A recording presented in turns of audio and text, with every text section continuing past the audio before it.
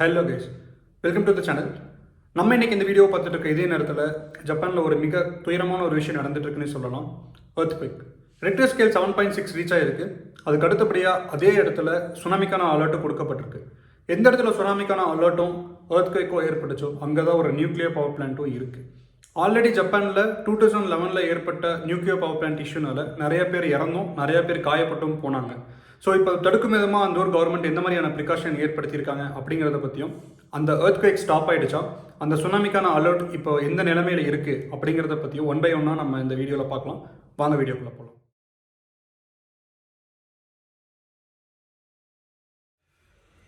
Ishikawa, Niigata, டொயோமா இந்த 3 இடத்துல தான் நிலநடுக்கத்துக்கான தாக்கம் ரொம்பவுமே அதிகமாக இருக்குது அப்படின்னு சொல்லப்படுது. இந்த 3மே எங்கே இருக்குன்னு பார்த்தீங்கன்னா கிட்டத்தட்ட கடலோர பகுதி.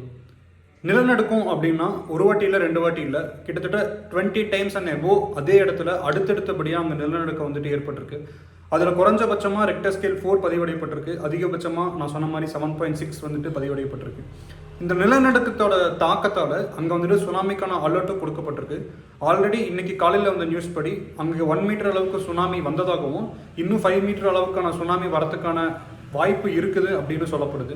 அதனால ஆல்ரெடி அங்கே 50,000க்கும் மேற்பட்ட மக்கள் அங்கேருந்து ஆல்ரெடி எவாக்குவேட் பண்ணப்பட்டுட்டாங்க. அந்த இடத்துல டோட்டலி எலக்ட்ரிசிட்டி எல்லாமே வந்துட்டு டவுன் ஆகிடுச்சு. ஃப்ளைட்ஸ் யூஸ்வலாக வந்துட்டு எல்லாமே கேன்சல் பண்ணப்பட்டிருக்கு. இன்னுமே அங்கே இருக்க சில மக்களை அங்கேருந்து சீக்கிரமாக எவாக்குவேட் பண்ணி எப்படி வந்துட்டு அங்கே ரொம்ப உயரமான இடத்துக்கு கூட்டிகிட்டு போகலாம் அப்படின்னு அந்த ஒரு கவர்மெண்ட் வந்துட்டு ரொம்பவுமே தீவிரமாக வேலை செஞ்சிட்ருக்குறாங்க. ஏன்னா நம்ம முன்னாடி சொன்ன மாதிரி அங்கே ஆல்ரெடி ஒரு நியூக்ளியர் பவர் பிளான்ட்டும் இருக்குது.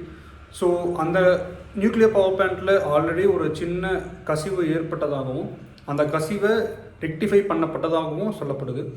இன்னும் இந்த நிலநடுக்கம் வந்துட்டு அதிகப்படியாக வந்தாலோ இல்லை சுனாமி ஏற்பட்டாலோ அந்த நியூக்ளியர் பவர் பிளான்ட்டில் ஏதோ இஷ்யூ வந்துச்சு அப்படின்னா இன்னுமே அங்கே இருக்க தாக்கம் வந்துட்டு ரொம்பவுமே அதிகமாக இருக்கும். ஆல்ரெடி இன்னும் இது வரைக்கும் எத்தனை பேர் இறந்துட்டாங்க அப்படிங்கிற கவுண்ட் இன்னும் வந்துட்டு நம்மளுக்கு சரியாக வந்துட்டு வெளியே வரல.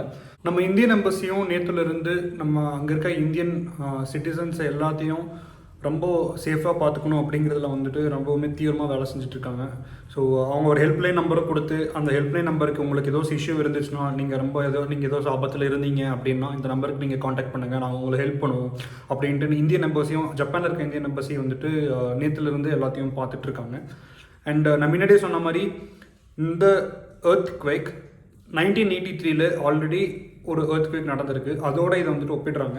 ஸோ 1983 ஜப்பானில் ஏற்பட்ட எர்த்குவேக் அதனால கிட்டத்தட்ட 100க்கும் மேற்பட்ட மக்கள் வந்துட்டு இறந்துருக்காங்க.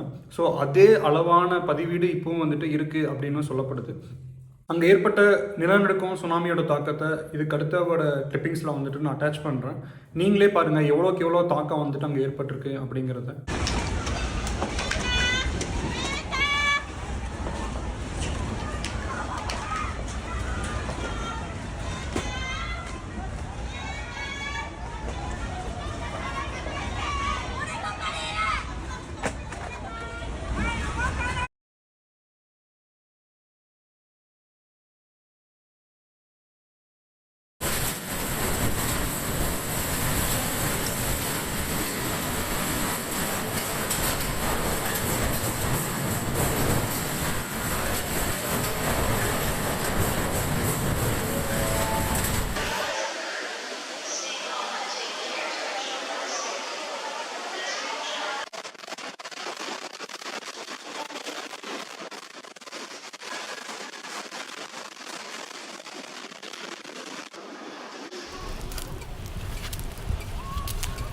Wow， 看到了。Wow。ஜப்பானில் நேற்றுலேருந்து நடந்துட்டு இருக்க இந்த ஒரு இயற்கை பேரழிவு பற்றி தமிழ் சேனல்ஸில் அதிகமாக கவர் பண்ண மாதிரி நான் எதுவுமே பெருசாக பார்க்கல. நம்ம ஊரில் நடக்கிறத பற்றி தான் நம்ம பேசணும் அப்படிங்கிறது எதுவுமே இல்லை. வெளிநாட்டில் நடக்கிறத பற்றியும் நம்ம வந்துட்டு பேசலாம். அதுக்காக தான் நான் ஸ்பெஷலி இந்த வீடியோ நான் போஸ்ட் பண்ணுறேன். அண்ட் 2023 நம்ம இந்தியாவில், நம்ம தமிழ்நாட்டில், நம்ம சென்னையில் என்ன நடந்துச்சுன்னு உங்கள் எல்லாத்துக்குமே தெரியும். எர்த்குவேக் வரல, சுனாமி வரல, ஆனால் நம்ம மழைநீரால் எவ்வளோ நம்ம சென்னை வந்துட்டு பாதிப்படையப்பட்டிருக்கு அப்படிங்கிறது வந்துட்டு உங்களுக்கு தெரியும். அண்ட் நம்ம கவர்மெண்ட் வந்துட்டு ரொம்ப ஸ்பீடி ரெக்கவரியை வந்துட்டு அதுக்கு வந்து எடுத்தாங்க. அதுக்கு ஃபர்ஸ்ட் ஆஃப் ஆல் நான் வந்துட்டு அவங்க வந்துட்டு ஒரு பெரிய அப்ளாஸ் வந்துட்டு கொடுக்குறேன். ஆனாலும் நம்மளோட சிட்டிசனாக நம்மளோட பொறுப்பு அங்கே வந்துட்டு இருக்குது. நம்ம வந்துட்டு வீடு வந்துட்டு அதிகமாக கட்டிகிட்டே இருக்கோம், அது வந்துட்டு தப்பு கிடையாது.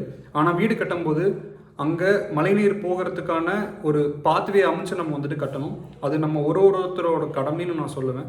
ஏன்னா சென்னையில் முன்ன இருந்ததை விடவே இப்போ வந்துட்டு வீடுகளோட எண்ணிக்கை வந்துட்டு ரொம்பவே அதிகமாகிடுச்சு. சென்னையில் மட்டும் இல்லை, நம்ம all over Tamil Nadu, all over India வந்துட்டு பார்த்திங்கன்னா வீடுகளோட எண்ணிக்கை வந்துட்டு ரொம்பவே அதிகமாகிடுச்சு. வீடுகள் அதிகமாக வர வர மரங்கள் வெட்டப்படுது. மரங்கள் வெட்டப்படுறதுனால மழைநீர் வந்துட்டு அதிகமாக வந்துட்டு உள்ளே போக முடியறதில்ல. மழைநீர் உள்ளே போகாமல் மேலேயே தேங்குறங்காட்டி தான் நம்மளுக்கு வந்துட்டு சென்னையில் ஏற்பட்ட நிலைமை வந்துட்டு வந்தது. ஸோ அந்த மாதிரி போகாமல் இருக்கிறதுக்கு இனிமேல் வீடு கட்டுறவங்களும் இனிமேல் வீடு வச்சிருக்கிறவங்களும் அந்த மழைநீர் நம்மளை சுற்றி வந்துட்டு இருக்கிறது வந்துட்டு சீக்கிரமாக வந்துட்டு ட்ரெயின் ஆகி நம்ம அண்டர் கிரவுண்ட்குள்ளே போகிறதுக்கு என்ன மாதிரியான ப்ரிகாஷன் வந்துட்டு எடுக்கணுமோ அப்படி வந்துட்டு எடுக்கலாம். ஏன்னா முன்ன இருந்த உங்களுக்கு ஞாபகம் இருக்கான்னு தெரியல, 2014 to 2018 இதே மாதிரியான ஒரு நிலைமை வந்துட்டு ரெயின் வாட்டர்னால வந்துச்சு.